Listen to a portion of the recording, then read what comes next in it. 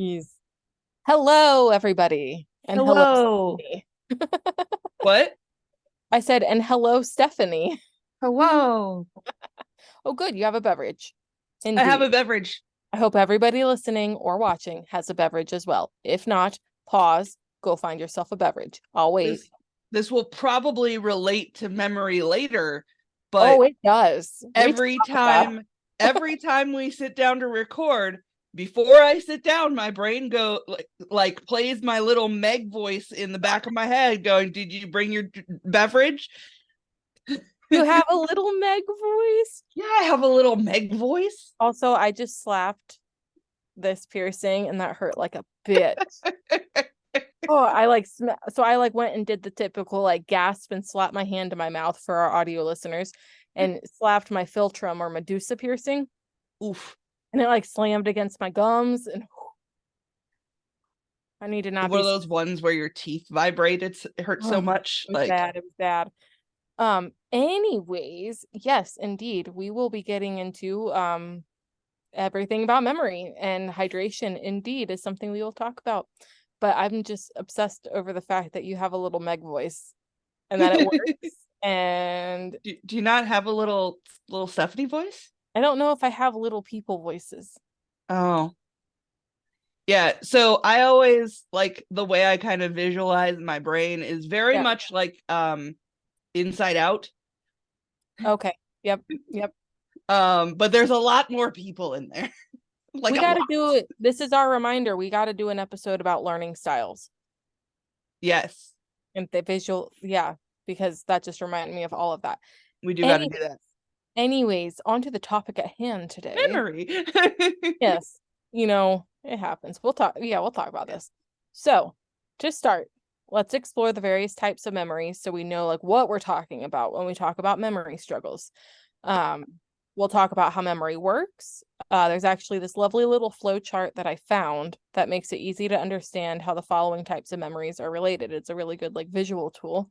Of course, the majority of you are listening to the podcast, but Nicole. well, Nicole is watching, but I also could have had it up and shared my screen, but I didn't. So, anyways, I'm just going to describe it to you guys. We So could post it into the Facebook group that's true. We could. I have if to we remember to remember. do that. So, at the top, we have memory, and that's simply the process of encoding. Yes. One thing, sorry. If someone is listening and remembers that you want that graphic, Yeah. then you can message us, like post in the group, Like, and hey, then where's we'll that graphic? remember to put it in there. Yes, because we'll talk So, about recall versus recognition as well. We'll get yeah. to so Just in memory. general, please comment in the group about things that we say in Right. Because the I guarantee you, hey, so we're trying out this AI meeting companion in Zoom for this episode, and it's going to give us a summary. So maybe it oh. will remind us. Yes. And if it's not ridiculous, maybe we can keep this. We'll actually post the summary as like a show note That thing. would be cool. Okay. Anyways. We'll see. Memory is the process of encoding, storing, and retrieving experiences and knowledge. We can split this into two categories, your short term and your long term, but they can be further split down. So your short-term memory enables the brain to remember a small amount of information for a short period of time, hence the name. The shortest type of this memory is your working memory. So your working memory can last just seconds. It's what we use to hold information in our head while we engage in other cognitive processes. For example, if a new friend is giving you their phone number and you are still trying to navigate to your phone, like in your phone system to get to the out of contact section, your working memory should be able to remember like the first three digits they've already said. However, I would likely have to have them start over from the beginning. I Uh, I just tell them I just tell them hold on. like let me get where I'm Wait. going. Let me get where I'm going. But that's your working memory. It's what we can hold in our brain for just a couple seconds while we're like figuring out a problem or whatever. It's just there and then it's gone. So the long-term memory side of the flow chart is much more detailed. It is then split into explicit or conscious and implicit. Implicit. or unconscious memory. So your explicit memory can be episodic or semantic. So episodic, it also could be pronounced episodic. I don't really know, but they're I literally, like the word semantic. well, good. We'll get there. Um, episodic memories are about events that happen to you. So an easy way to remember that is like if you, especially if you pronounce it episodic, it's the memories about like specific episodes that happened to you. So an episodic memory would be I went on a hike this morning. That was an event that happened to me. So that's an episodic memory. In my long-term memory, it is a conscious memory. So it is explicit. I Now, have really good like episodic memory. good. Like I can recall like exact conversations to the like words Yeah, that I had with people back when I was in like elementary school. that Not sounds all of very them, but like random anxiety ones. producing. Hmm? That sounds anxiety producing. Yeah, it can Yeah. be. Semantic memories are about the general knowledge of the world. So knowing that there were 9 planets and Pluto was a planet and then got demoted from planet status, which is totally unfair because Pluto will always be a planet to me, maybe not scientifically. That's a Or semantic. Pluto. Or Pluto, right? But that's a semantic memory. It's not something that happened to me. I didn't Pluto. Like, but it's something that I just know. It's just like that general knowledge. I didn't Pluto. I didn't. Should I add that to our list of things to go on a t-shirt? Yes. Okay. Please hold. Do, do, I do, didn't Pluto. do, do, do, do, do, do. I think we need a I need to do a t-shirt design soon. Yeah, I've got a whole list on here for you. Yeah. I'll roll the dice eventually, and because decision paralysis, I can't decide. So I'll just roll a So, dice and decide. I'll have the dice decide and I'll make one. okay, I specifically want the Meg doesn't try, they only do because I want to buy that and wear that. Okay, I will do that one. But I need it like not on a shirt. I need it on something that I can have all the time. So I don't have to like wear it for one day and then wash it and not have it for like a week. Anyways, this is not what we're talking about right now. Okay. We There talked are about other products that we can look at. So okay. So we talked about our explicit memory, which is the conscious memory, but now we'll go into the implicit memory, which is also kind of more your unconscious. This can be procedural or priming. So procedural memory, we get a bit of a hint of what it means from the word because it involves procedures. It involves like learned motor skills, examples being riding a bike or typing on a keyboard.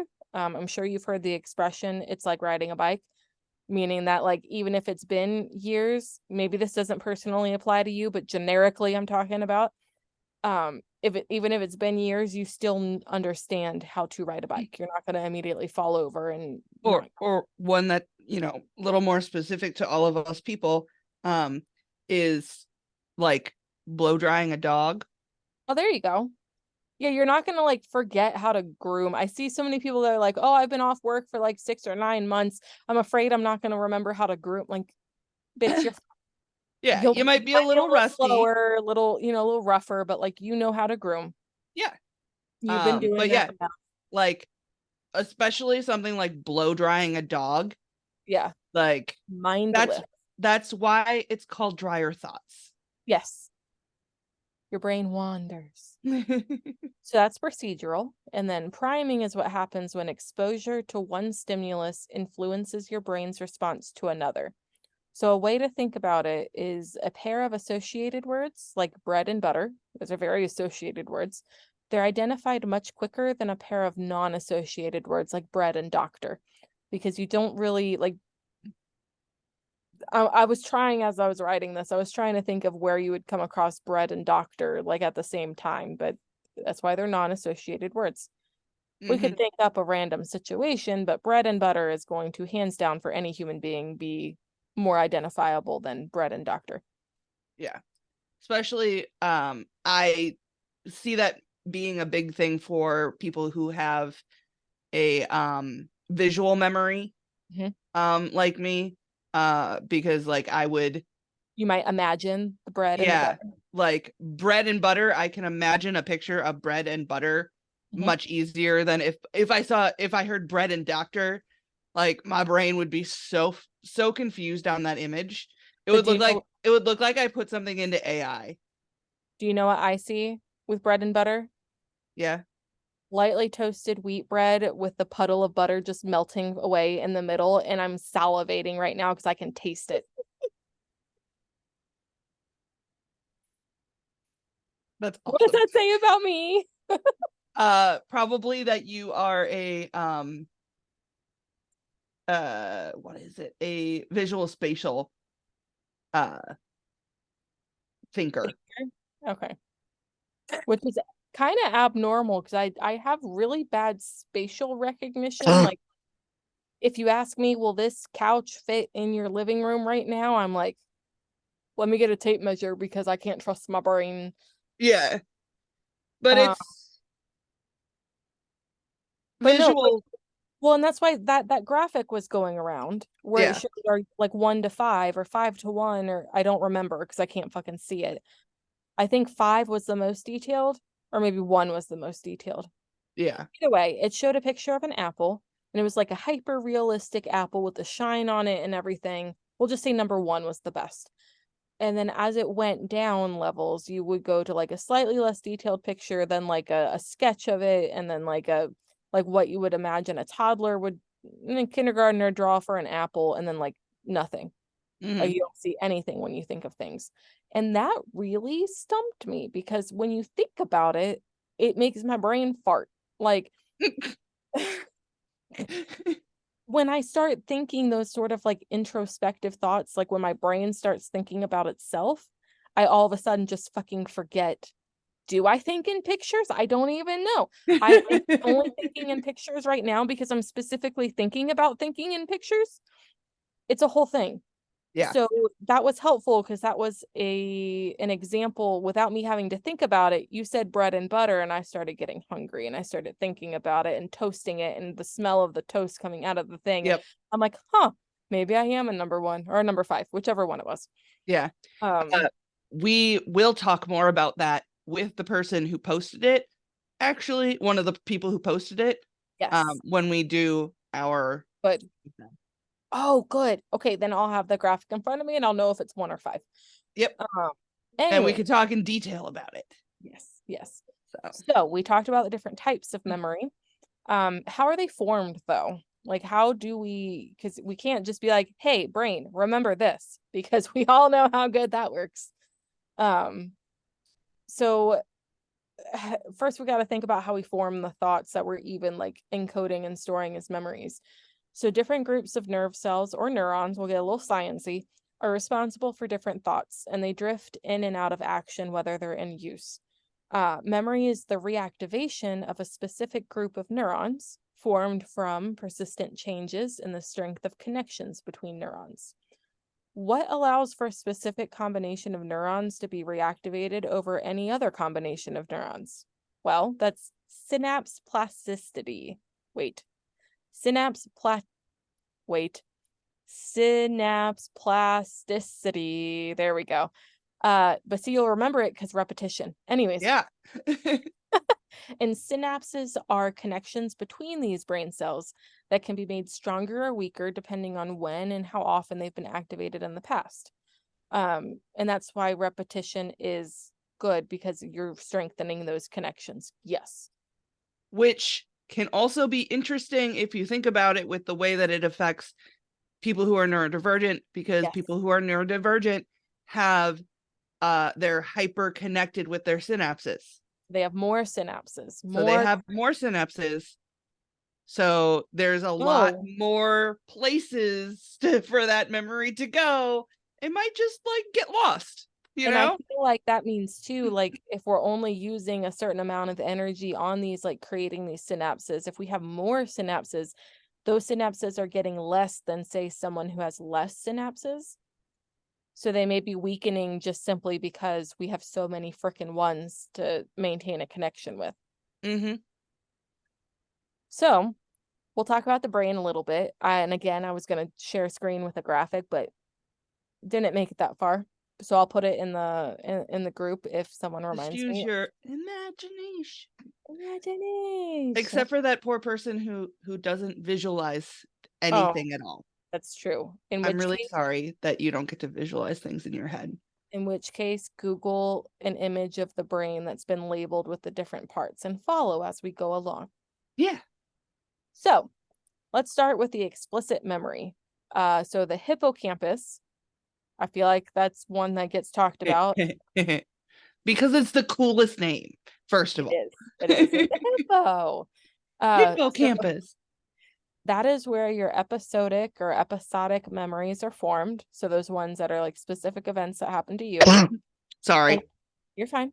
And indexed for later access. I'm realizing you're probably saying sorry to the people listening, not me. So I was just saying sorry in general for coughing into the microphone. We all say it's fine. We're all fine. Yeah. The neocortex. It was a surprising cough. I wasn't expecting it. Yes. Next is the neocortex, and I did not know that this was a name. Like I did not know about this. But I knew, so it's the sheet of neural tissue that forms the wrinkly outside surface of the brain. Like all the dips and valleys, not smooth brain over here, Yeah. It is believed that as we sleep, information from certain memories that are temporarily stored in the hippocampus can be transferred to the neocortex as general knowledge. So, of course, humans have it's a mammalian thing, but specifically humans, we have more nooks and crannies, which means more surface area. So our neocortex is larger, more surface area, so we can hold more general knowledge. And that's also why we're going to talk about why sleep is so important, because it is believed that that's when this important process happens. Like if we want it to actually be stored into our long-term memory, that's when this is happening, is during sleep. So sorry, I'm just trying to get the understanding of it. So Yeah, go for it. The neocortex can store some of the memories in the that were stored in the hippocampus. Yes, they get temporarily stored in the hippocampus and they're indexed for later access. While we're sleeping, those can be transferred to the neocortex and stored as general knowledge, which will then be our semantic long-term memory. Okay. Yeah. I was just it's almost like it was like the metro station. The hippocampus is the metro station. It's not like its final destination, but it's like its holding cart or holding port. Okay. That is a really good analogy. Thank you. I couldn't remember what the word was. Metaphor may have worked, but I'm pretty decent at analogies. So the amygdala, I feel like that's not how you say it. Amygdala. Amygdala. Okay, that's why. The amygdala, which granted, I'm only getting visions of Bobby Boucher and his old ass like chemistry biology teacher or whatever, who talks about the amygdala of the alligator, and he's like, mama says gators are angry because something I don't even remember, but that's all I can imagine. So I gotta watch that movie. I love that movie. I like Adam Sandler movies. Okay. The amygdala, like 90s Adam Sandler, right? Yeah, I don't know any of his new shit. Okay. Yeah, I'm talking about anyways, okay. He was funny back in like the 90s. I loved his shit back then. Yeah. Sidetracked. Sorry. Detour. So the guess who didn't take their ADD meds today? God, take your meds. No. Okay, you're your own person. You want to be unbrindled chaos? That is on you. It is a Sunday. It is my day off of my ADD meds. Okay. The amygdala attaches emotional significance to memories. This makes it especially difficult to forget memories associated with strong emotions like shame, joy, love, or grief. The amygdala also plays a key role in forming new memories specifically related to fear, making it highly relevant to PTSD and anxiety. Yeah. I wonder, do you think the amygdala also is like kind of the part of your brain that also like blocks out those like some of those memories, you think? I imagine it could be. I That's don't have an interesting. answer, but it makes sense. Just spitballing here. Just Uh, spit. no, that's really interesting. Yeah. Apparently I have a really good amygdala. Nice. Yeah. I got those emotional significance ones. So I just keep finding more too. They just keep Right. coming out the more I Right. go to therapy. So those three parts of the brain are really important when it comes to explicit memory. We're going to go into implicit memory now, and we're going to talk about the basal ganglia, which are, I know, ganglia is a cool I word. just love all of the words. Yes, yes. There's They're going to be a cool. lot of me giggling at funny words. Yes, yes. So the basal ganglia are a part of a large range of processes or processes. I don't know. I feel like I've heard it both ways, including emotion, reward processing, habit formation, movement, and learning. The ganglia are particularly involved in coordinating sequences of motor activity, as would be needed when playing, say, a musical instrument or dancing. The other one, the cerebellum, is most important in fine motor control, the type that allows us to use chopsticks or press that piano key a fraction more softly. Cerebellum makes me think it'd be a pasta name. I don't know, it just makes me think of pasta. Yeah. Um, Uh Go ahead. I'm trying to visual the cerebellum is like back here, right? Yes, it's a back piece. It's above, well, no, I think, hold on, let me look at a picture of a brain.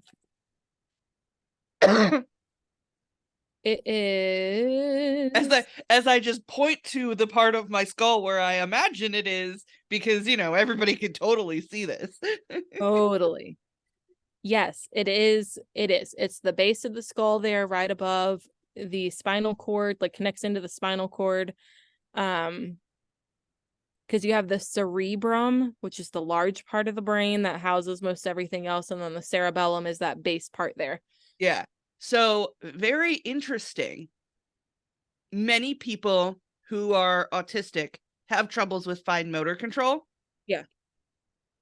Also, one of the what is it when there's comorbidities? One of the comorbidities of being autistic is you can be more susceptible to something called Chiari malformation, Oh, which I actually have. And basically it's where most of us are born with it, where like the base of the skull is supposed to connect to like the spinal cord there, and it just like has too little bit too much of a space. And so like the brain kind of gets pushed down there, and the part that gets pushed down there is the cerebellum. oh, okay. So And I it don't have any impairs. like scientific facts that those are actually the whole like the science there, but I do find that interesting that it seems to Yeah. correlate. Yeah. No, absolutely. So because yeah, I would imagine um even depending on how sometimes people can have the malformation where like it's so big that they actually have to have surgery to like push their brain back in and like close it up. Yeah. But a lot of people who have it, they just have like a little gap, and so it just pokes in a little bit. Yeah. Yeah. But I bet that could affect the way that your cerebellum works then, and I it would would make sense imagine. that they're a comorbidity. Oh, absolutely. So I like that. Good side note. yep, this is So, how my brain works, guys. It's just yep. patterns all the time. Yes. Well, a human brain is, wired to see patterns even when there aren't any, but not saying it isn't, but harkening back to working memory, the shortest short-term memory, the prefrontal cortex plays a huge role. It is the most recent addition to the mammalian brain, yes, and is involved in many complex cognitive functions. The left side of the prefrontal cortex is more involved in verbal working memory, while the right is more active in spatial working memory, which is kind of where the whole left brain, right brain thing came from, I feel. Interesting. Yeah. Which side is supposed to be the more? There's like one that's more analytical, one that's more Left. artistic. Left brain is more analytical, which makes sense why it's verbal working memory, and right brain is artistic creative, which is spatial working memory. So that makes sense. That Yeah. tracks. Mad facts, bro. Yeah, I like it.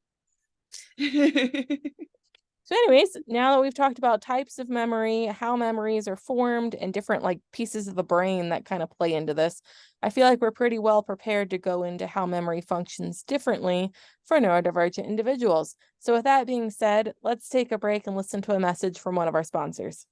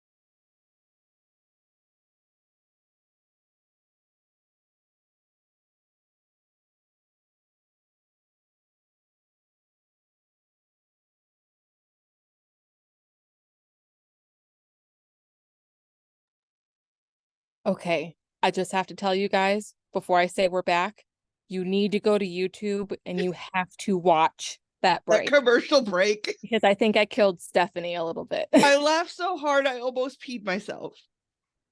Like, I'm not even joking. And we're This back. damn bladder of mine. So yes, please go back and watch this. Nicole, please let us know what you think of my dancing skills. Here I thought I was getting all creative with my dancing like an Egyptian. I had to bring it into the century. Yep. Like, and that's still old, you know, like I Yeah. don't know the latest trends, but either way. So we're back and we're in this section, let's look at how memory can function differently when it comes to neurodivergent individuals. So we'll also touch on like why some neurodivergent people may excel in certain areas while facing challenges in others. So how does memory function differently when it comes to us neurospices? Well, we may have more difficulty filtering out which sensory information to pay attention to. This can bog down our working memory, which can absolutely wreck our short-term memory. So let's dive into how sensory overwhelm affects working memory. I feel like we'll have a lot of personal experiences for this one. So much. So many personal experiences. Yes. Okay. So limited capacity. Your working memory has a limited capacity. It's not meant to hold a ton because it only holds on to things for a couple seconds, if you recall. And if you haven't, that's okay because we're talking about memory issues and same, bro. So when your senses are bombarded with excessive sensory input, such as loud noises, bright lights, or multiple conversations, it can consume a significant portion of your working memory resources. This leaves fewer cognitive resources available for the task at hand. And that makes sense. It's a lot harder, like if you were having to remember like a 7-digit number, but you have like say you're at a trade show. Mm-hmm. You can hear 50 people talking at once around you. The lights are loud. There's people touching me. Yeah. I'm not gonna remember that number. Yeah. Now imagine if you're sitting at your house on your couch, it's quiet, or maybe there's one thing playing because that's how your brain functions better. And you're not like rushing with adrenaline. You're not overstimulated. You're gonna have a much easier time remembering that 7-digit number. Yeah. I I actually think this might be part of I have a really hard time having conversations in really loud or overstimulating places. Yeah. And I think it's the working memory. I like literally don't have the capacity to even remember where I am in the conversation. Wow. Like I will like stop midway through and be like, fuck, what was I talking about? Yeah. Yeah. And it gets like, I do that sometimes anyways, like, Yeah. but like it's way worse when I'm overstimulated. Of course. Yeah, because your Like working I just, memory is being taken up by all of this other stimulus that's coming in. So just it, your yeah, brain's finite. Like they're not infallible. yeah. They're supercomputers, but they are finite. Mm-hmm. Um, my brain was like, bitch, don't insult me like that. Them facts, bro. I don't know what it is with bro right now. I'm sorry, It's but fine. it's happening a lot, especially like mad facts, bro. My I fact. don't know where I picked that up because people here in Western North Carolina are not saying that. Yeah. I blame it on the fact that I'm finally able to somewhat kind of for some length of time wear my AirPods. So I've been watching TikTok again. So I'm picking up like TikTok Lingos. lingo. There we go. I was Yeah. trying, what is that other word? Colloquialisms or something? Colloquisms? Yeah. Colloquialisms? I don't fuck. Colloquialism. My tongue got confused for a second. Okay, so reduced focus is another thing. Sensory overwhelm can lead to reduced attention and focus. It's difficult to concentrate on the task or information you need to process when you're distracted by sensory stimuli. Kind of the same bit there. Yeah. I, Uh, I I would also like to point out that another thing that could be super distracting, especially for someone who is neurodivergent and has sensory issues, is pain. ooh, So a lot of us have chronic pain. right, We which is a have constant thing a we have to lot deal of with. issues with memory.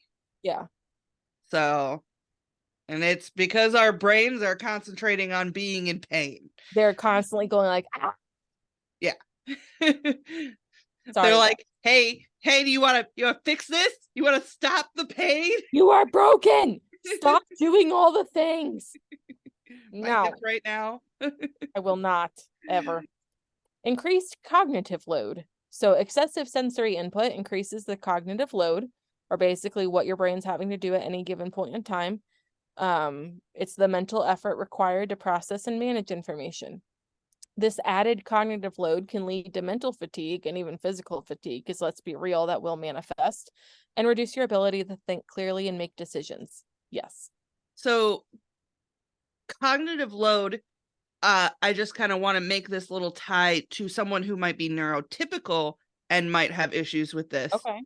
I see a lot about cognitive load in a lot of the like relationship mental health TikTok that I watch, Ooh, yes, because the way, you know, the patriarchy is, yes, even men who are fairly progressive in their thinking, they tend to get into these like modes of like they still tend to act out that patriarchy, a yes. lot of working on breaking it down. And I watch a lot of people who are talking about these things. And one of the big things is they're talking about like women are like, I don't want to have to fucking tell you how to help me, because they're like, well, the guys are like, the men will be like, well, Just ask me to what can I help. do to Just tell help? me Like what they to want to do. help, but they're like, what can I do? And they're like, I shouldn't have to tell you. Right. And the reason is because their cognitive load is so heavy Mhm. that they tend to just be like I can't even bother like explaining this to you. I'm just going to do it myself kind of thing. Yeah. Because I can't even remember how to tell you how to do it, you know? Right. Right. Well, like I don't want to like okay, so when we were in an apartment, if I am bustling around for an hour cleaning and putting up shit, I shouldn't have to tell you to get up and help me. Yeah. I feel like that should just be like if I see someone moving around doing something and I'm sitting there not doing something or like just on my phone or whatever, I'll be like, "Hey, can I help?" And even that isn't like if I'm in someone else's house, but like if you live there, you know what needs to be done. Yeah. Either way, we don't live But in an apartment anymore, so it's you fine. you technically you should. But like if you think about it, so like in my relationship, the cognitive load has always been on my husband because I, one, was never taught properly how to take care of things. I was given a very long list. Like, I did all of the cleaning. I know how to do cleaning. I know the actual process of it, but I didn't know what needed to be done because I would just get the huge fucking list and I would just go down the list. And I didn't know how to take what I had been doing at that house in northern Wisconsin and like making it work for that house. Right. So like I just didn't know what to do. And so a lot of the cognitive load at first was on John because it was always like, well, what do you want me to do? I don't know what needs to be done. Right. So like we had to learn to kind of like have a like he's basically made like lists for like we've made lists for each room. Yeah. So like of what things need to be done. Now, we kind of just are wishy-washy on who does what, like we do things as we feel like doing them. Right. But now I know like, oh, these are the things that should get done. Yeah. You know, like it's just one of those things. Sometimes people just don't know what it is. But at the same time, it is a lot on the other person to have all that cognitive load. Exactly. Having to basically run your house, you know? Right. So it's a learning process. Like once I have that list of what needs to be done, he doesn't have to tell me to do it now.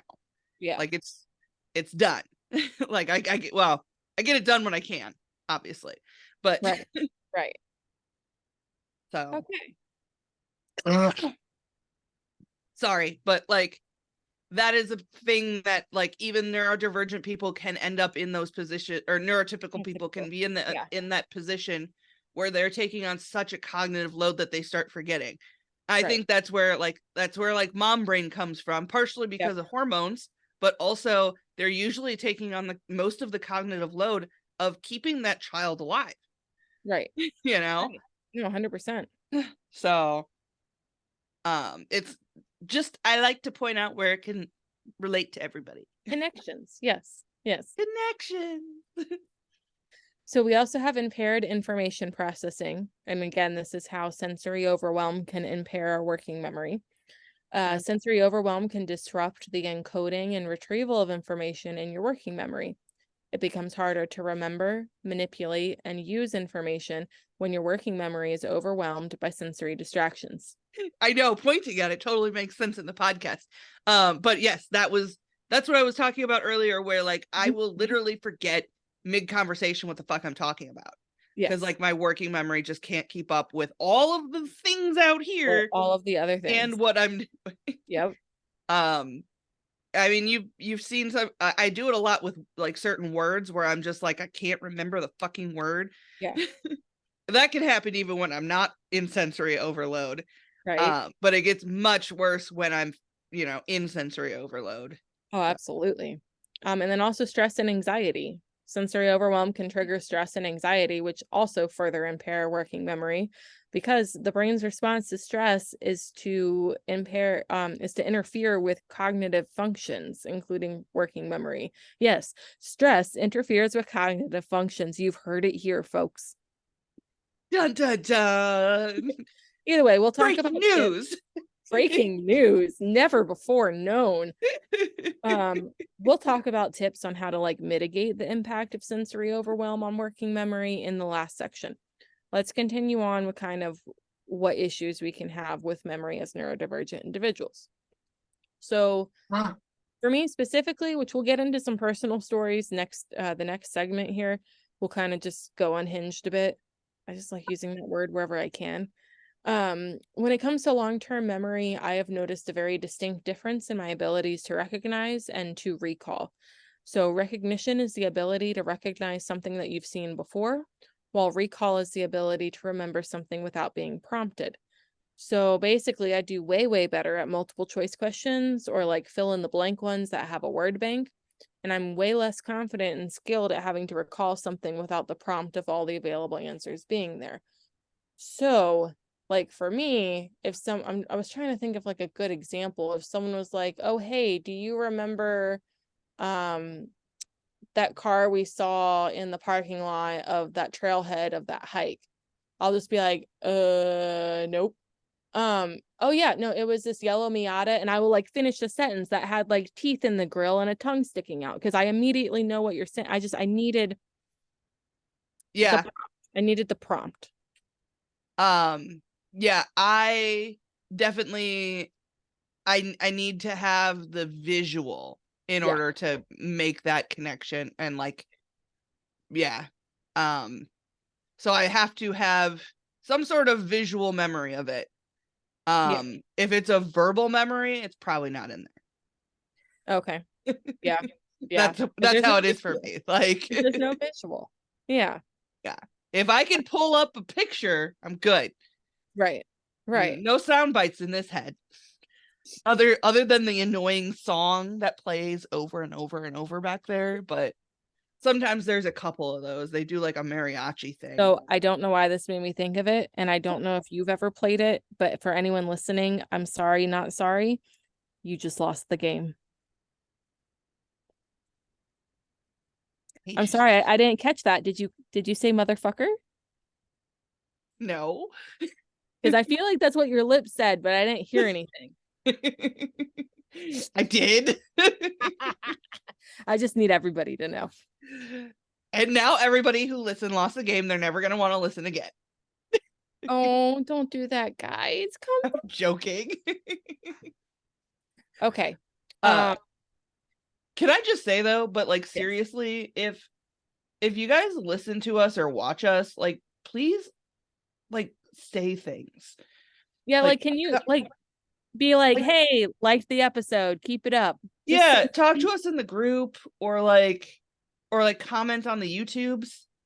Um I mean, people listen to the last one. I can see it on yeah, but like I know it'll help me a lot to like see that you guys are caring what we're listening to, what we're and I'll talking about. probably like actually do things on a more regular basis then. We have all the good intentions, guys. Yeah. It would be it's very motivating to know that people are at least like, because also too, like, yeah, we got like however many plays, but when I go like into deep analytics and it show like I don't go in there very often. I actually forgot where it is. Yay, memory struggles. Um, like how many people listen to it 100% of the way versus like 5% of the way? And I was like, oh, sad face. Oh. It'll be okay though. Anyways, moving on.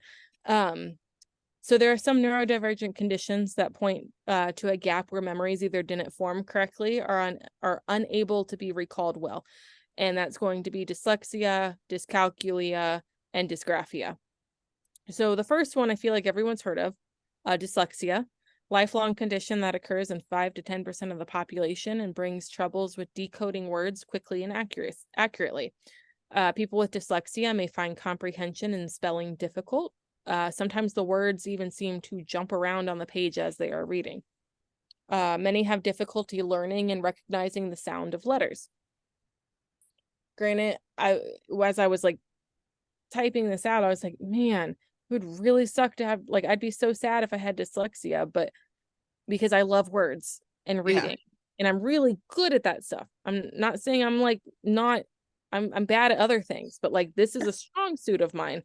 So it just makes me sad like if I wasn't good at it, but if I wasn't good at it, I never would have been really good at it. So You wouldn't really know what you were missing. I want to know what I was missing. Yeah. Anyways, Joe definitely has this to a certain extent. Yeah, I Just don't know imagine if I have like dyslexia necessarily, but I have issues with um words tend to just they kind of all smush together a little bit too much. yeah. Um and so it I tend to I I had a really hard time with reading when I was young. Yeah. And so my grandma actually did hooked on phonics, Right. Yeah. and she every fucking night we sat down and did it for an hour, And she did it with me. It wasn't just me doing it by myself. She was there Yeah. helping me. Yeah. And I was able to learn how to read, but most of my reading is based off of patterns. So I just got really good at recognizing patterns of words. Yeah. So like I'll see some of the letters and the basic pattern of it, and I'm like, that's what the word is. Right. Like that's Which how my most of brain the kind of, time works, but not all the time. yes. Because of course English is terrible. English is the worst. It is legitimately one of the harder languages to learn. Yeah. But no, Joe, he'll be reading something like a sign or an article or just something, and he will spit out a word that has entire new letters in it, or even an entire syllable that just was not there. And I'm like, babe, where's the R? Like, do you see an R? But I Yeah, get a it's little probably it could be that it's like either squishing together too much or I or have you're a really hard time like the little green street signs that say like the names of the yeah, streets. yeah. They're like so squished together for me that I have a really hard time, and they're all capitals. See, I like that. No, I need the differences. That's how I tell the difference. That's how I see the pattern. Yeah, I yeah. need the pattern. You need lowercase. So like that was one of the hardest parts of actually working mobile was Mobile because I was grooming. having such a hard time. It wasn't that I couldn't see it. I could see it just fine. I just couldn't read it right. Yeah. So like, and some of those street names are weird ass street names, you know? Where you have Like, Oak Hill Circle that branches off from Oak Hill Road. yeah, Because those letters are even smaller. yeah. And so I would miss turns all the fucking time. Yeah. So that was probably one of my biggest struggles. I knew there's another girl who worked for us who had dyslexia. She had a really hard time. There was like, she got screamed at by the lady, and then the lady got fired. But Good. there was one time there was this is we didn't go to apartments very often, but there was one. She was in like this downtown area, and she had two cats that just needed nail trims. Mhm. So we would just go up to her apartment and trim the Yeah. cat's nails up there, and then Yeah. that was it. Um, well, in order to do that, you had to put in the passcode. Oh, Well, the employee, I don't want to say her name, that's fine. she like we put in the notes like this is the passcode, but she was like she had the hard I don't know exactly how it worked for her, but Yeah. she could not translate it from what was on her phone in the Yeah. notes to that pad and just she kept screwing it up and she couldn't get in. Yeah. And the lady like lost like she tried really hard to do it like multiple Oh, times. And so yeah. she called the lady and she's like, could you like come down and let me in? And the lady Yeah. lost her shit because I shouldn't have to come all the way down there and let you in. And Aw, she bitch. got fired. Yeah.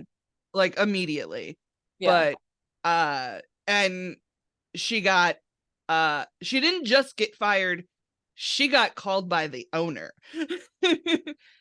And that she does not talk to people on the phone unless she absolutely has to. And Yeah. she went full mama bear on this list. Aw. Yeah. Because like I, we even knew that she was dyslexic, but we didn't understand how it worked. right. So like we didn't even think it would be a problem, you know. Right. But Well, then like that was one thing where we're and like at first, you know, the owner was like, what do you mean you can't get in there? And like then the employee was like, no, it's the dyslexia, like I can't get it to like I'm it's really confusing for me. yeah. And like once she explained it, then we were like the owner was like, oh, well, fuck this out. Fuck this client. Like we don't need Yeah. her. Yeah. Well, I wonder if she also had Which is dyscalculia. numbers. Yeah, the struggle with learning math and understanding numbers. Common symptoms include trouble comparing numbers, recognizing numbers or symbols, or telling the time from an analog clock. Mhm. A difference between dyslexia and dyscalculia, besides the fact it's letters and numbers, is dyslexia is a lifelong condition and dyscalculia isn't always a lifetime condition. It can be, but it is also something where most kids do grow out of it. Yeah. I Um, feel like that's something that's a little easier if they like do a little bit of like like working on it. They can learn it a lot easier than like how to deal with the dyslexia. and like there's only so many numbers. Like if you think about it, there's only 10 numbers. 9. I'm including 0. Oh yeah, you're right. I forgot about 0. So there's 10 numbers, and then there's like 26 letters. So like you're 2.5 times more complicated Yeah. with letters over numbers. Well, and you don't have to worry about how certain numbers next to each other affect the Right, other and the way that you right, pronounce it. right, exactly. Like obviously in a math equation it does affect each other, but like Oh, that's a good point. That's a good but like point. when you're just talking about like numbers in Yeah, general, like you don't yeah. have to worry about like if the 4 is next to the 7, You then it say sounds like sewer. this. You say Like sewer now. yeah. Sewer. So this one I hadn't known about, dysgraphia. It's a problem with written expression. So it leads to illegible handwriting, trouble spelling and spacing words, and difficulties putting thoughts on paper. People with dysgraphia might write words incorrectly or in the wrong order. uh yeah, I think John actually has dysgraphia. Yeah? um he I mean, first of all, his handwriting and mine too. My handwriting is awful. Like, have you seen John's handwriting though? Is it illegible though? Basically. Like he can usually read it. Yeah. But most things he types out now because he even can't read it. Oh, that's bad. That's bad if you can't read your own handwriting. Yeah. And he has a really hard time with spelling. Like really hard time with spelling. um yeah.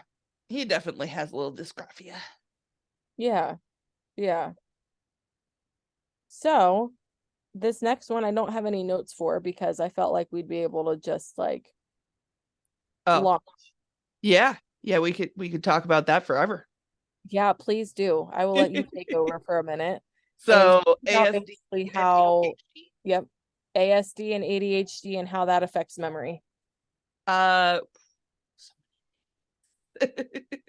well, I mean, we talked about like with ASD there's the sensory issues, so there's, Yep. all those Yeah. things that we were talking about earlier. There's also um there goes my memory. Ah.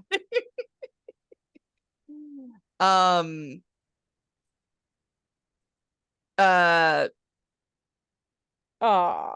yep, I lost it. Well, ADHD, there's a lot of us are, constantly with ADHD, we have 85 different things going on in our brains. You Yep. can only remember so much of that, you know. True. So Yep. that where that cognitive overwhelm, or not It's like cognitive, no, or that sensory overwhelm, cognitive load. cognitive load. Your Yep. cognitive load gets too high when you have ADHD. So a lot of times your memory is one of the first ones to go because you got to think about the 8 other things or 80 other things going on in your brain. Right. Gotta Right. deal with all of the tabs in your head. All of them, all of the time. 4 of them are frozen and you don't know where the music is coming from. Yeah. I currently have on my computer uh 32 different tabs open. I would like to call out somebody because I know she will be watching.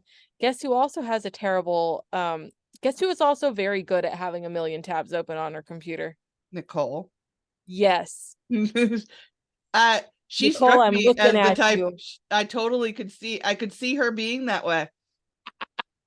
All I of love the you, tabs. Nicole. I love you. My phone, like I I actually, so I just switched to Microsoft Edge, so I have less than normal now. Oh, did you? Yeah. Um, so right now, after a week of being on Microsoft Edge, I have 29 different tabs open. So John got to you, eh? Yeah, he got to me. Mm. Honestly, Bringing stuff out. Microsoft Edge, you Fine. got to if you're on the computer a lot, just give it a fucking try. Like seriously, I know it's changed and like we've been on Google and I like, love Google. but like Edge is so far ahead of them, and like you still can have all of your like Google, a lot of the Google stuff. Yeah. Like it's still like I just logged into all of my Google accounts and uh all of my like passwords and stuff transferred. Oh, So like I didn't even have to worry about like like passwords or completely anything. redo everything. Yeah. It kept all of my like favorited like bookmarks and stuff. Oh, okay. So like it's hardly even that big of a change, but then you get these extra things to it, you know? Mm, Um mm. so That's like I usually they have like a sidebar where I usually have at least one of my tabs open has on the sidebar the calculator, because whenever I need a ah, calculator I can never fucking find one.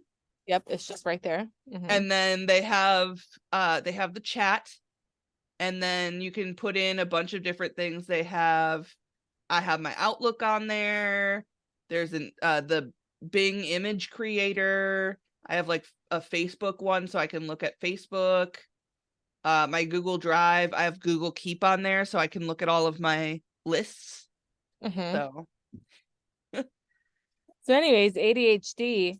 oh, totally got distracted. Well, that's a prime example of ADHD. So that's what I was.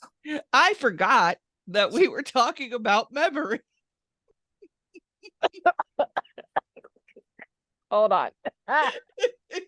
So I have developed a little bit of a thing where I'm snorting more when I'm laughing, and they are like hardcore little throat snorts. So I just like Oh, touched some spit and it fell back down, and then I was choking on my spit. And it was a whole thing. Like, sorry, that. I know. Yep, I'm good. Any um, so we anything were else you want talking to about say? ASD and ADHD and Yes, how, when it comes to memory issues. yes, You have all the tabs open. all the tabs open. No one knows what's going on. Nope. Most of Nope. the file cabinets are on fire. Yes. And you are sitting there at a table saying, "This is fine, everything is fine." Yes. So yeah, I would definitely say the big thing with ASD is probably the sensory issues and sensory overload, kind of stuff that we talked about earlier. But um I would also say it can, yep, I lost it again. It's like Aw. right there. There's a thought, Aw. and it's Yep. just it's on my, what's the neocortex. It's swimming around in that part. It's swimming around. It's swimming around on the wrinkly part. It's just like Oh my gosh. Well, if you'd like, we can go ahead and take a break and listen to a message from one of our sponsors. Also, don't mind Joe just walking back and forth and back and I have um noticed it. yes, yes. Like I Uh kind of want him to like just randomly just show up behind you slowly, kind of like well, poke there out isn't there with isn't a much hood on room. too. There's not much like room behind me for him to do that. No, like in the like in Oh, inside in my, the window. yeah, Okay, babe, when you go back in, stare menacingly. through the Okay, window. you can't hear me. Hold on. Especially if he has a weapon, that would be even better. Let's take a break and listen to a message from one of our sponsors, and I'll have them do it during the break. So make sure you watch this on YouTube.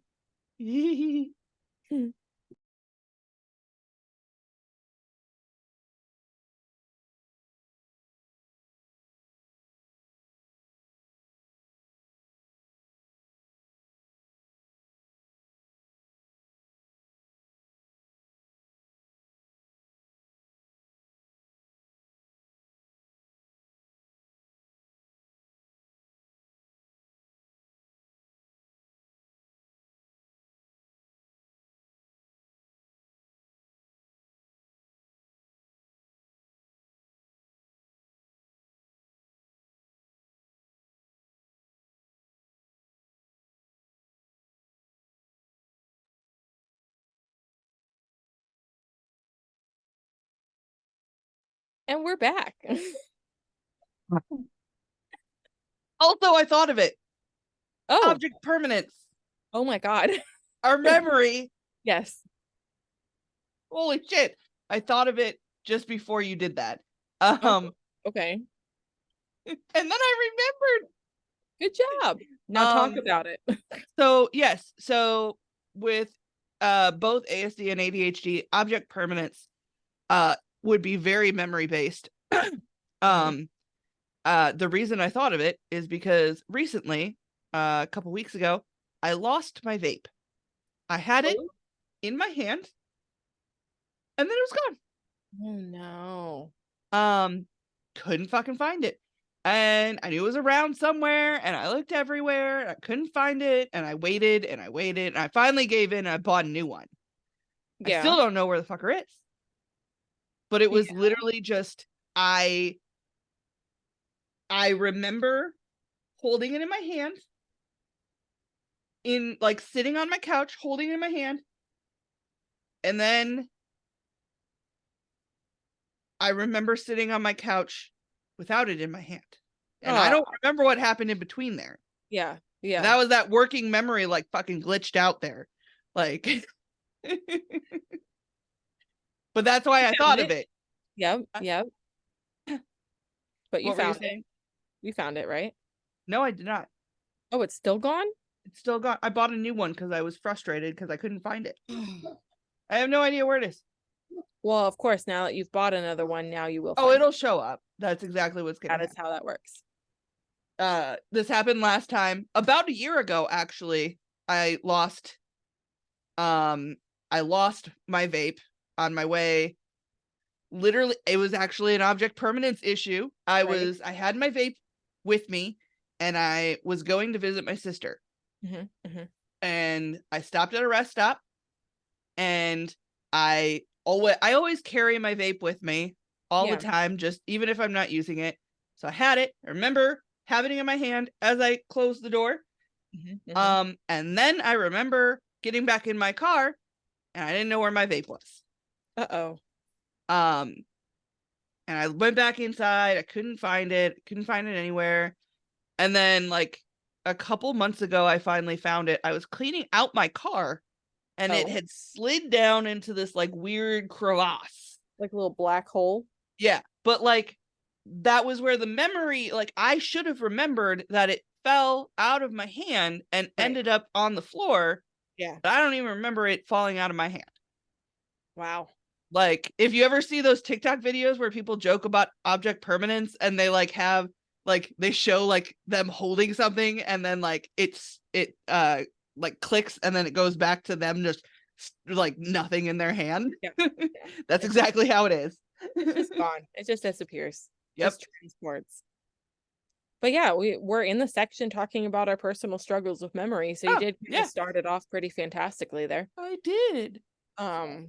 For me, it's really hard to tell why my memory has become so terrible as an adult, when it happened. Have I always had a bad memory? I don't fucking know. Is there so I don't remember if I had a bad memory. if I had a bad memory as a kid. I just don't. I just know I don't remember most of my childhood unless specific events are starting to be talked about. And then, you know, that recall call or recognition comes into play.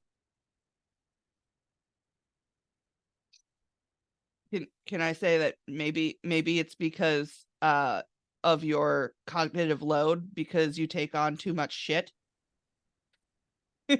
Whatever could you be talking about? But yeah, but no, there's like so many factors at play. It's probably some of everything between childhood trauma, which again, I don't have like the stereotypical childhood trauma. You have plenty. But I wasn't like beat. I feel like that's what people think of immediately is like, I mean, well, I wasn't beat as a child, but neither was I. But I was like parentified. I was in the middle of my parents' divorce at age 8. Like, there's a whole bunch of things. Like, I need to talk to a therapist. Anyways, childhood trauma, ADHD, and anxiety, because I've read that anxiety can like just shoot your memory in the foot. Oh yeah. And a few too many years of and your anxiety definitely it's on a level. It is indeed on a level. Is it obvious? I know you really well. So That's like true. and that's the thing, it's still more like that cognitive load, is that anxiety is Yeah. just taking up that time and that space. Sorry If you for the want to know why titters. we're laughing, watch the YouTube. Yes, yes. Comment, Sorry damn for the it. titters, guys. It's just my husband was showing up in the window, so I was pointing him out. Oh, it's Duker too. It's Duker too. Oh, Puppy was waving. It's really hard to see. Yeah, we could just see your shadow. Hi, Duker. I'm not gonna pick him up. He's fine. Okay. So also too, a few too many years of a particular recreational plant. So here's the thing though. There's no actual research saying that using that particular recreational plant affects your memory, unless it was before your brain fully formed. I started when I was 23. Your brain would have been fully formed at that point. 25 is the going rate. I thought it was 22. 25 is what I remember. Like that's when you're fully an adult. Like everything's downhill after that. Maybe that's when you're in your prime. Are we Googling? Yeah. Or are you edging? I sure am. Oh, Joe said he's firefoxing. Is that even a support? Like, is that browser even alive anymore? Yeah, it is. No one uses it. I cannot. And that's exactly the why age I'm of gonna 25, you're right. But still, like the ones that there's like in the research where it shows like major changes in their memory is when they were like heavy users starting at a young age. So like 11 looking at somebody. Yes. Nothing, you're fine. Babe. Heavy users starting at 11 probably had a little damage to their brain and their memory specifically. Yeah.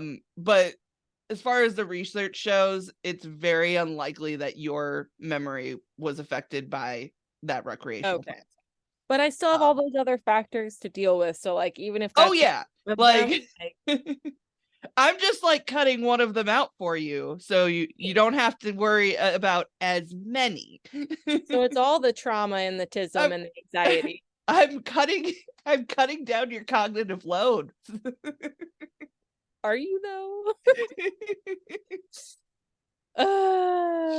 Now you don't have to think that you like destroyed your brain, which is nice because then I don't feel as guilty about that. Yeah.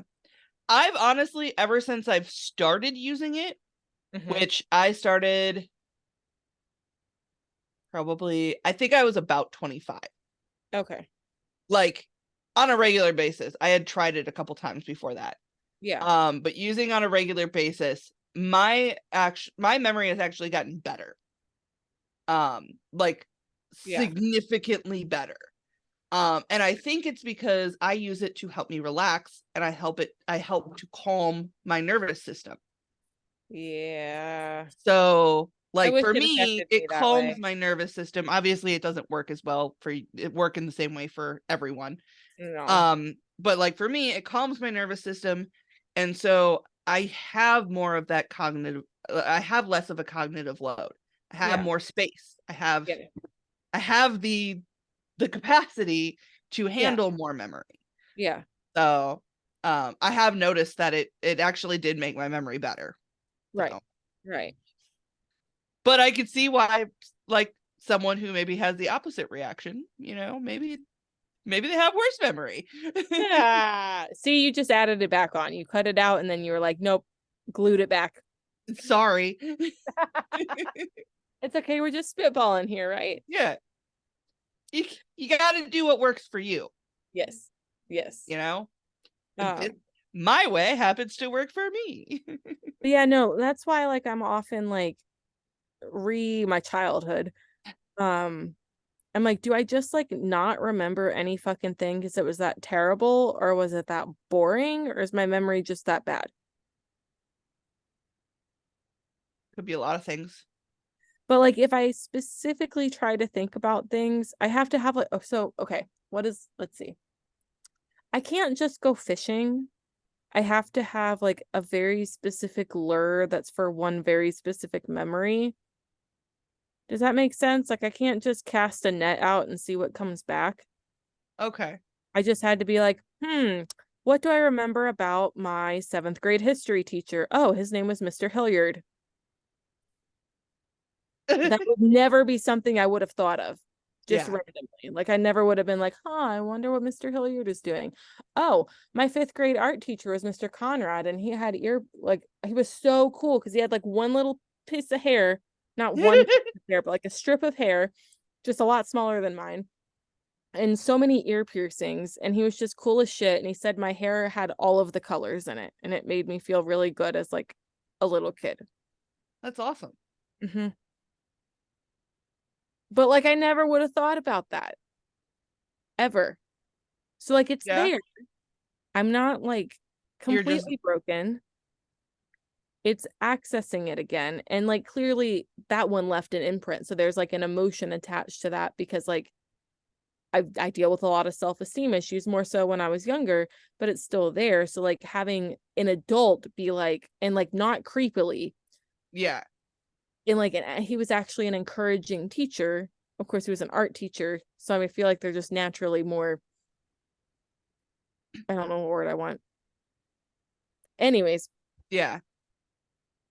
because No, then I I like, mean, oh, go ahead. I would imagine like it's probably not so much that you can't remember, it's just the way your memory works. Like Yeah, obviously they're there, but you're having a hard time recalling them. right, So, but like, um, that's also, and it also could be that there was trauma. The trauma might have stored those things away. right, But like you can unlock those. It's just a lot of work. right. Which, um, I've been going through the process of unlocking a lot of my memories. So, um, yeah, yeah, we're moving out of my comfort zone for the podcast. okay. Um, For yeah, just but you, no, I would say it. But for the podcast being recorded for all posterity, I'm not there yet. that's fine.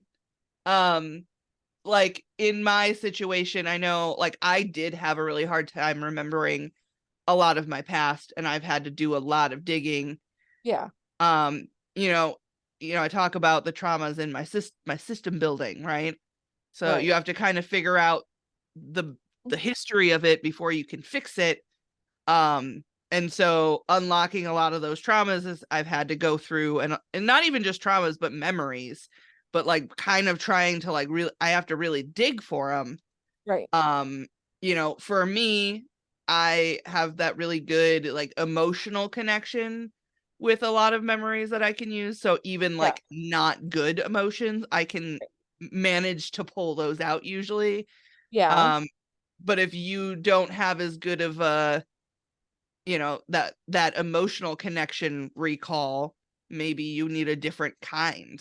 um yeah. you know sometimes it's just a matter of finding what What you need works, to right? recall those things. Pulls it in. Yeah, Yeah. yeah. But yeah, there I would say you probably have a lot on your cognitive load is probably a big part of it. So So you guys, what are you struggling with memory wise? Tell us in the comments. There we go. On the post, on the YouTubes. Like we can't be the only ones. yeah. I know we're not the only ones. Like I feel like all of my friends joke about their memory Hmm. routinely. So like it's a thing. Yeah, maybe we start like a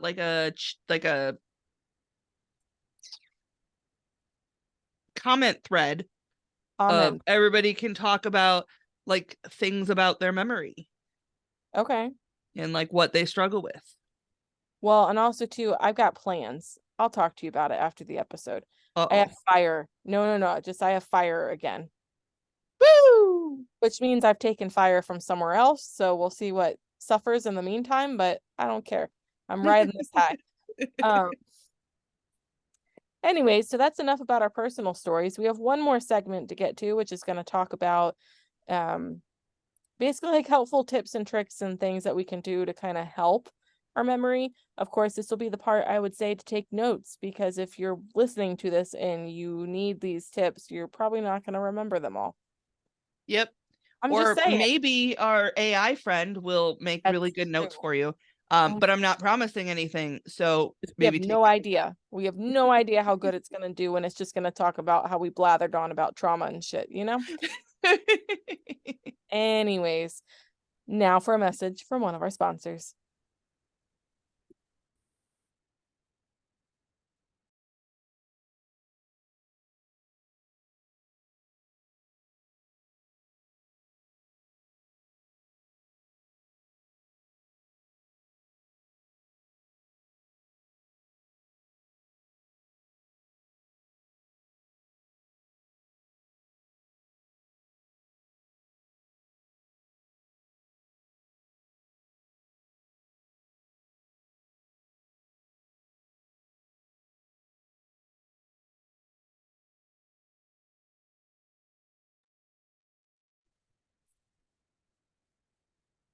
And we're back.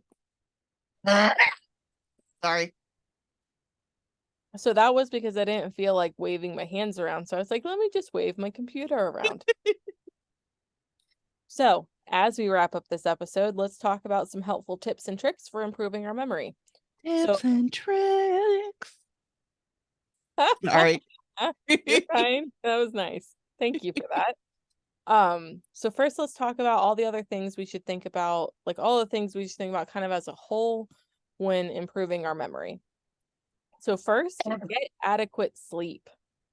Because if you recall, or maybe you don't, I don't know, from the beginning of this episode, that important information transfer from the hippocampus to the neocortex happens while we're sleeping, or at least it is believed. You You needs know, to do that swimmings while you're sleeping. let I'm it sorry. I swim. just imagine like these like little zaps of light swimming across my brain. I was So imagining carrier pigeons. what? I was imagining carrier pigeons Oh my god, I love it. flying back and forth, and they're just shitting all over the place, and it's just a mess.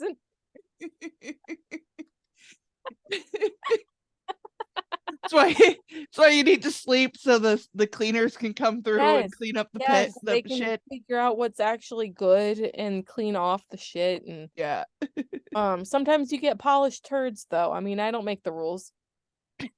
So you want to aim for 7 to 9 hours of sleep each night. I'm Now sorry, again, polished turds is the best. your mileage may vary. Some Another t-shirt design. okay, hold on. What did I say? What is it? Polished turds. Just polished turds. I don't remember. You said I said you might find some polished turds. oh yeah. Okay, got it. It Cool. is written. It is typed. Um, I feel like it's kind of individual. Like for example, my sweet spot is like 9 hours. I feel like true as long as I wake up like at a good spot and not like in the middle of a sleep cycle, 9 hours I'm like the most alive I'll ever feel in my life. Like it's a noticeable difference and if I sleep like 7 or 8 hours or get woken up like at the wrong point or I just don't sleep very well. Like I've noticed I've rotisserie chicken too much through the night. Um anyways, staying I physically mine is about 7 hours. okay, see, yeah, it's different. If I go too long, I think I go into a new like Yeah, cycle at yeah. about like 8. So like if I go past 7, You got to keep I, going. yeah, like because then if I wake up in the middle of that like Yeah. cycle. It just does not. You're done. You're done for. Yeah. You're Um, done, Pinky. staying physically active to the extent that you comfortably and safely can. I'm gonna amend this list.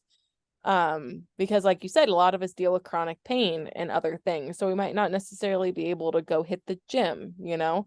Mhm. But just that's why I've been doing a lot of walking. It's just right. It's for a lot of reasons, but this was a benefit to find out that improving blood flow to the brain helps enhance memory and cognitive function as a whole. And I'm like, I will do anything right now. Except eat a brain healthy diet. Foods rich in antioxidants, omega-3 fatty acids, and other nutrients, such as fruits, vegetables, and fish, can support brain health. And that's why you hear a lot of shit about omega-3 heavy things and why people say how good fish is to eat. Of course, there's limitations though, because then you have to worry about mercury and like other things. And not Freddie Mercury. No, the mercury that'll kill you. Oh, I'm wearing my Freddie What the fuck? Mercury. Freddie Mercury. Allison, if you are listening Don't to this, stop meow. oh, Allison, you have to go watch this on YouTube. You will love this shirt. Eleanor, if you are listening, go watch this on YouTube. You will love this shirt. Look at what time it is on the episode. Go find it. Go skip forward to it. I don't care. You need to see that. Also, Stephenie, you could probably just send him a picture. But I probably could. Yeah. don't stop Queen. me now. Don't stop meow. Yeah, I'm a big fan of Queen. So. Yes. Manage stress. Thank you, list. Thank you. My life is cured. High levels of stress can negatively affect memory. Practice stress reduction techniques like meditation, yoga, or deep breathing. I've been trying for like 15 years.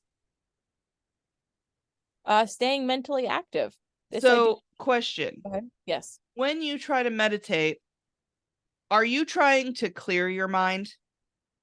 I read something about this. Yes, and it never works, and I forget what the reading said. I You could need like to focus just on the thought. release your mind. You need to let your mind go.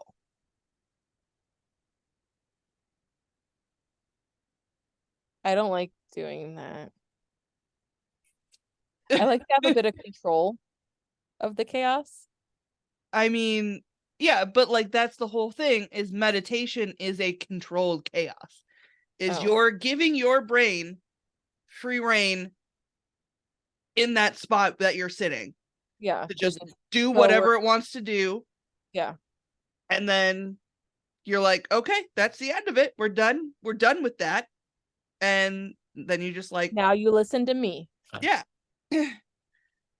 It's because like that's what I learned for myself is that I like, yeah, I can't just quiet my brain. Like there's Yeah. no like emptying this thing. Like it's Yeah. there. Yeah. So the way I've learned to meditate is a lot of times for me meditation has come in more of doing things. So like um I started doing food prep stuff, like doing canning and stuff like that. And doing like my herbal stuff and things like that because it was giving me something to do with my hands Mm-hmm. to kind of like that was keeping me from concentrating on closing this thing down, you know. Yeah. And Yeah. then I was able to let my mind just go and I just kept doing that thing and just I gave it the free reign. I was just like, Yeah. okay, do what you're gonna do. Yeah. Think up the worst. Do your worst, you know? Right. Right. And yeah, like it was kind of life-changing when I realized that I could just do it that way. And it was like, oh, my brain just needs to have free reign. You I know? just need to take my brain to the dog park so it can go off leash. Yeah. I'm gonna put something about that. What? I don't know. I just feel like that's a good saying. Going to take your brain to the dog park.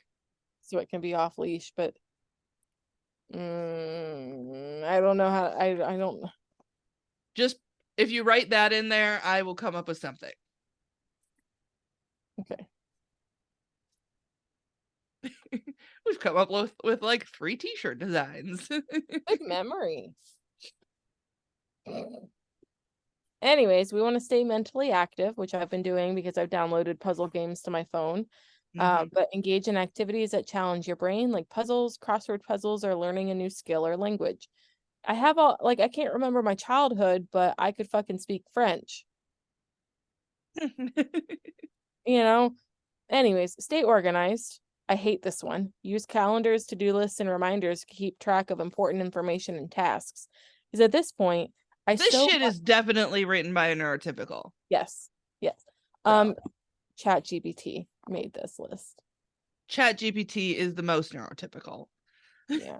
Some of it's helpful. Yeah.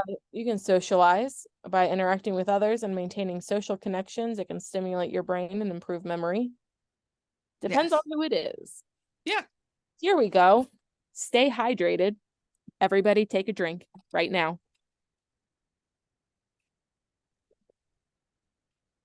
Dehydration can affect cognitive function, so make sure you drink enough water or other liquids throughout the day.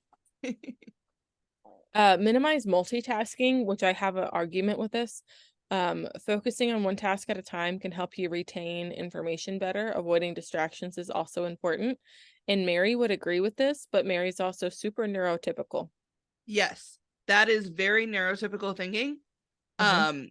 It's actually been shown in research that many people who are neurodivergent actually need to be able to multitask in order to focus on something. Yeah. That's why, like, I literally cannot work on the computer if I don't have something on the TV. Yeah. Like fucking Bob's Burgers all the time. But like yes. I've been taking a break and I've been watching some horror movies lately. But like I have to have something there. Otherwise, I can't concentrate on what I'm doing because it's too fucking quiet. Right. Like right. And then my brain's like, there's something there and over there and over there. Yeah. And I don't have that issue when I have the TV going. Right. You know? I can't watch anything like super like that I'm really interested in though. Yeah. Yeah. So, but yeah, many people say minimize multitasking. My therapist told me that many, many times, and I finally changed her mind actually.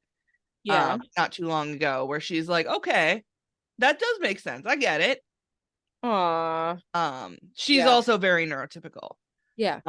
But she's also awesome. Yeah. But yeah, like that. Yeah, minimize multitasking if multitasking doesn't work for you. Yeah, exactly. But if it works for you and you're not like, and it makes you more focused and it helps you, then do what you need. Like right. Exactly. This is all kind of your mileage may vary, except for like stay hydrated. Like that's just you're not gonna hydrate the fuck out of yourself on 8 ounces of water a day. That is just not nope. Yep. So mnemonic devices, I'm gonna lump a couple together here because I'm chunking them, and that's a device too. So mnemonic devices and other memory techniques like the method of loci, chunking, and the memory palace. They're all super powerful tools to be able to remember information.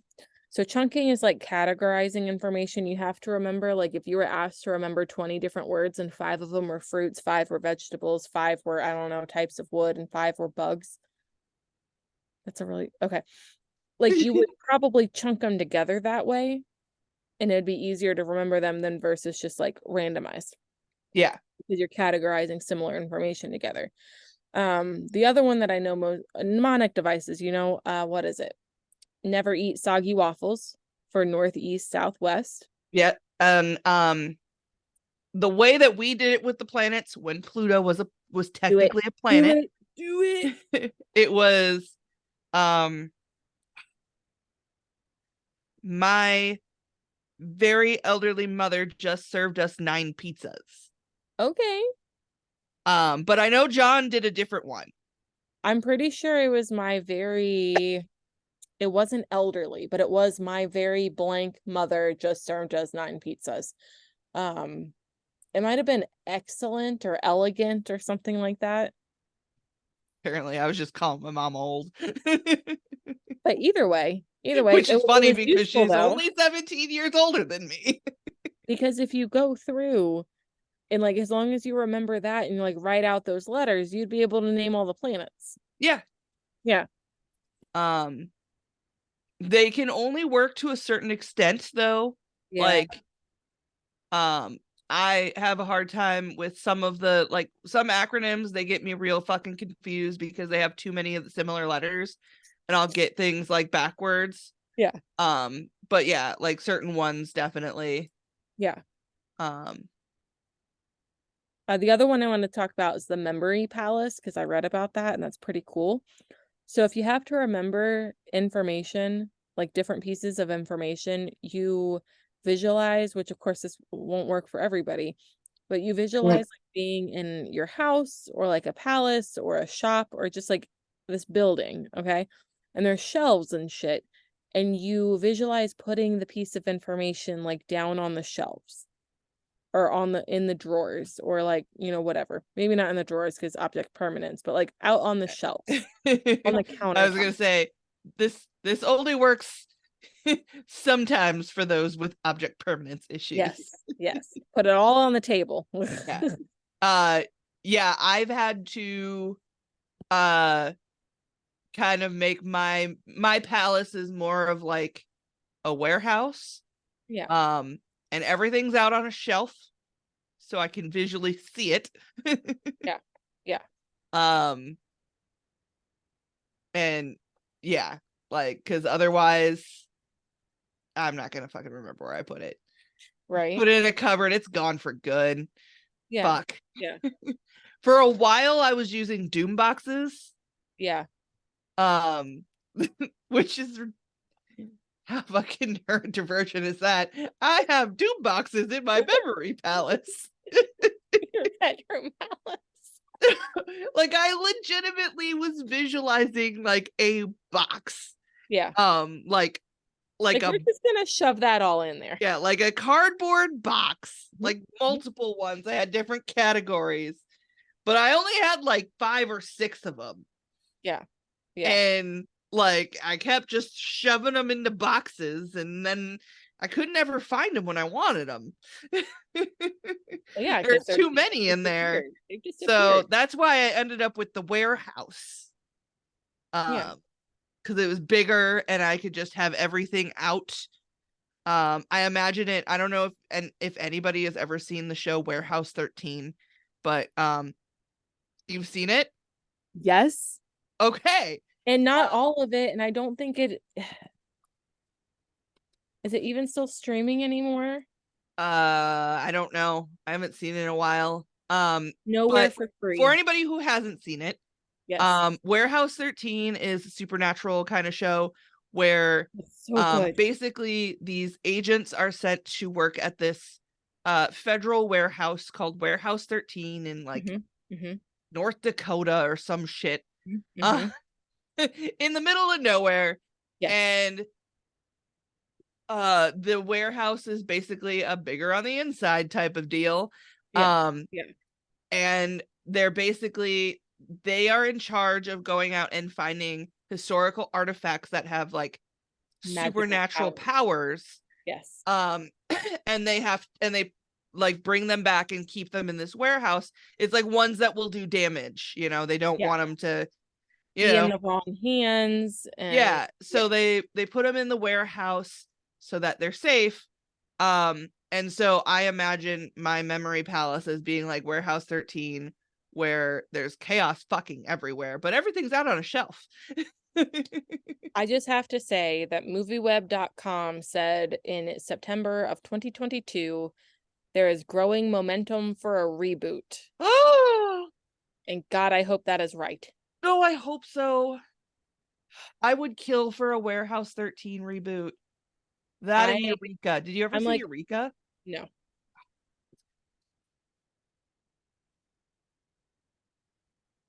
I'm looking to see if there's literally one of the other searches is Warehouse 13 a spinoff of Eureka? Oh, it wasn't. They were on at the same time, and they did have a Okay. couple crossover episodes. Okay. Eureka was about a small town that is basically inhabited just by scientists, and they're all experimenting on experiments. Yeah. And they're all like super geniuses, like the ones that are inventing the ridiculous shit. So there's just like this little tiny town filled with a bunch of super geniuses building fucking like weird shit. And so weird shit always happens, and Colin Ferguson is my favorite.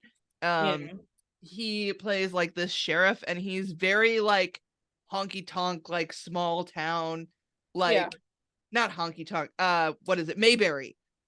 Like he's very Mayberry, like small town sheriff kind of vibe. Right. He's like compared to everybody else, he's dumb as a box of fucking rocks. He's actually very smart. But like everybody always basically treats him like you're a fucking idiot because he doesn't know all of the things that are happening. But he has to deal with all the things that are happening. And so it's a very cool show, and they do have a couple crossover episodes between that and Warehouse 13. Yeah.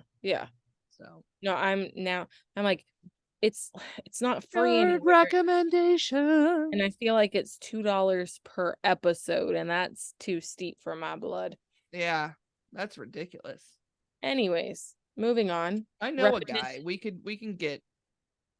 Arg. Yeah.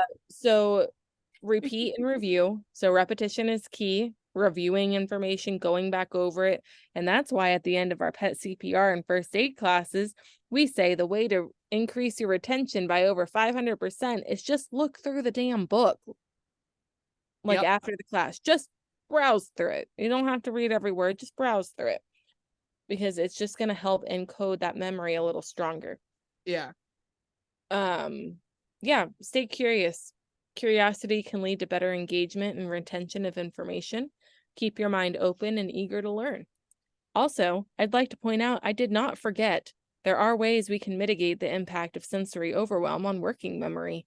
Could I say something first? Yes. I think one of the biggest things that I can say as far as helping your memory is stop giving yourself so much shit for your memory. And like everyone, not just you, Meg. I'm talking to everyone. Okay.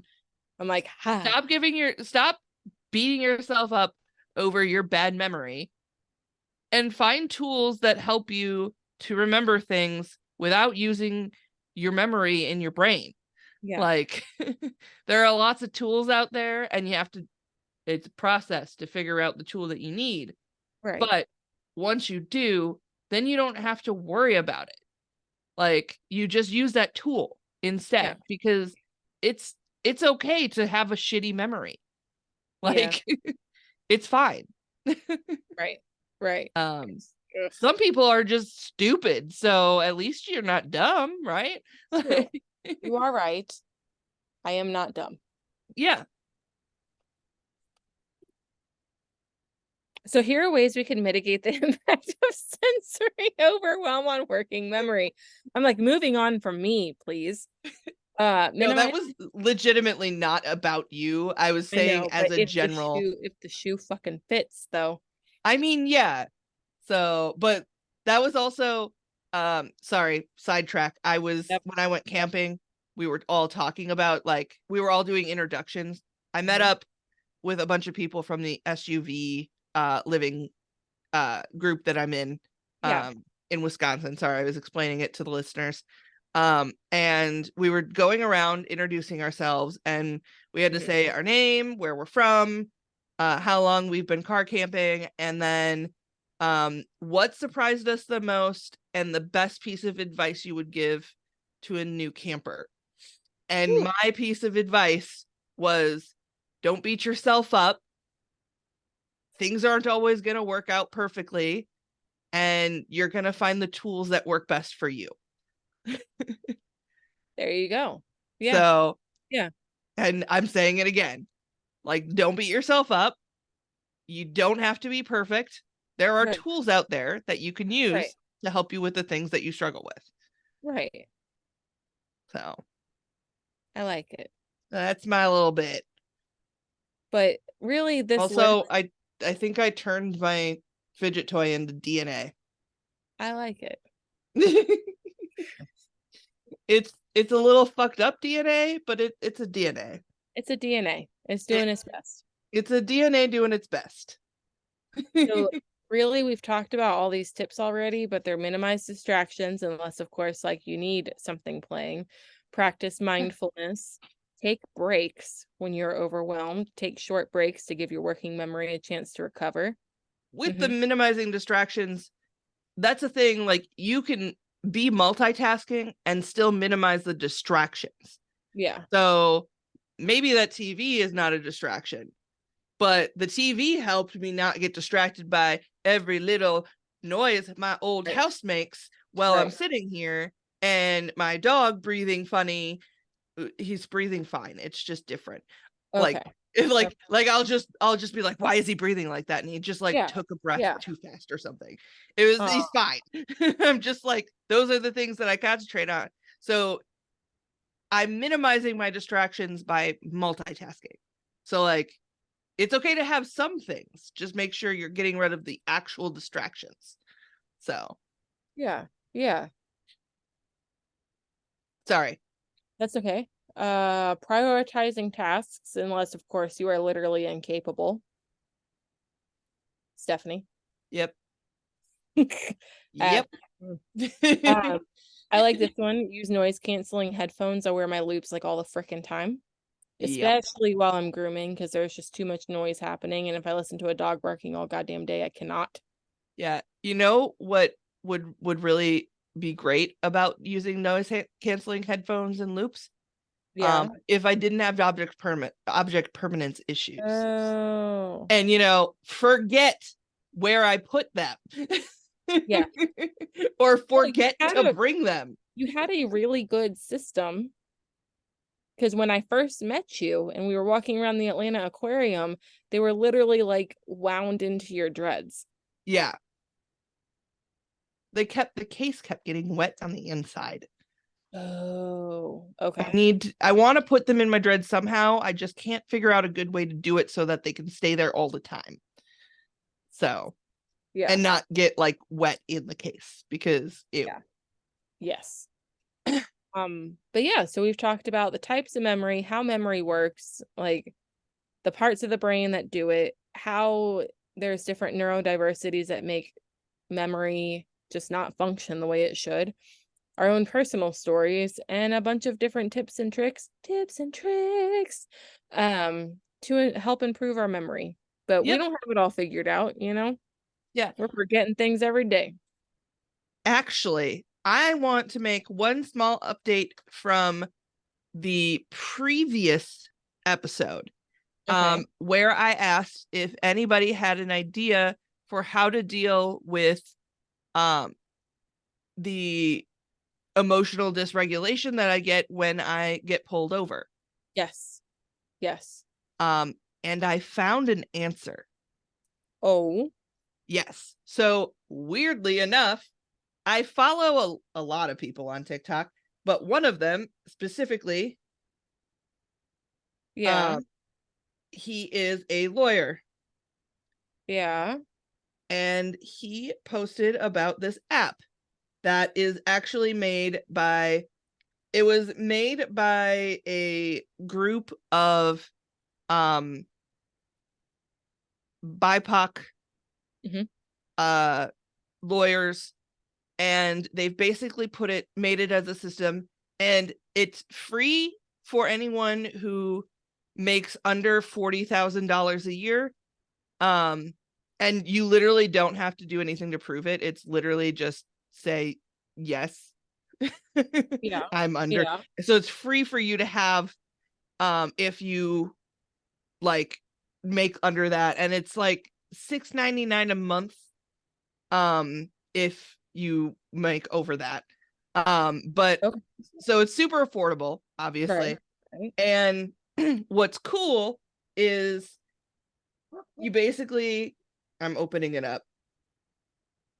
Say I get pulled over, and I'll show you the screen. So it's this Oh. screen, and all I do is I go and I push the call attorney button, or I could push I'm being pulled over. And it Oh. will call an attorney, and I put my phone on the dashboard, and they will walk me through everything that is Like your going right on and as it's happening. They can yeah. also communicate with the police officer. Um, Oh. you put it on speaker, Yeah. and so you can communicate with they can communicate with the police officer. So if Yeah. I'm having a hard time communicating, they can communicate for you. Mm-hmm. Mm-hmm. And they will tell you like when they also record everything that happens.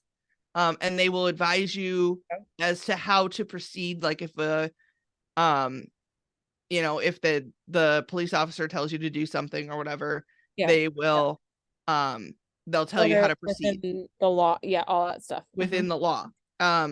Because knowing your rights in a vehicle is, there's a lot of fucking rights, when you're getting pulled over that you need to Right. know. And Yeah. unfortunately, police officers, there's a lot of them out there that push it.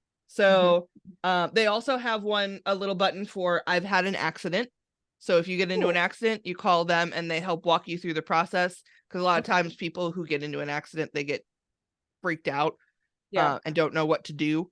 Well, yeah, you Um, get a bit of an adrenaline spike. yeah.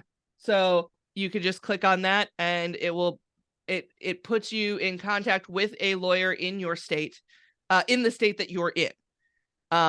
So you're like, it's super easy to use. They also have like a whole bunch of like other things,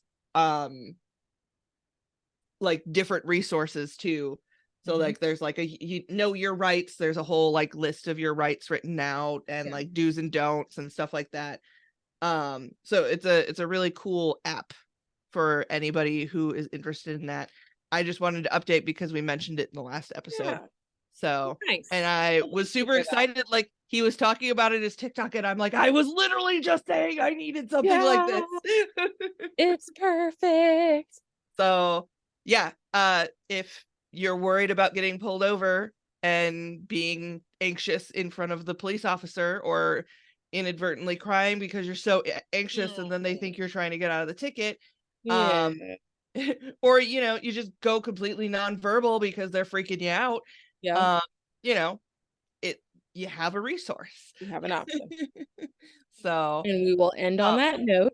and they are also they are uh very like, they've gotten good accolades from all sides. So they've gotten them from like human rights people as well as police officers, because it makes it easier for police officers to do their job because they have the lawyer to even mediate in between Yeah. that.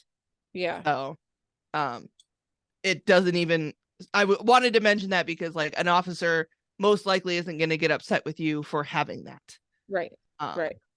because it helps. Yeah. So Well, good deal. Thank you for that. And yeah. bye. Bye.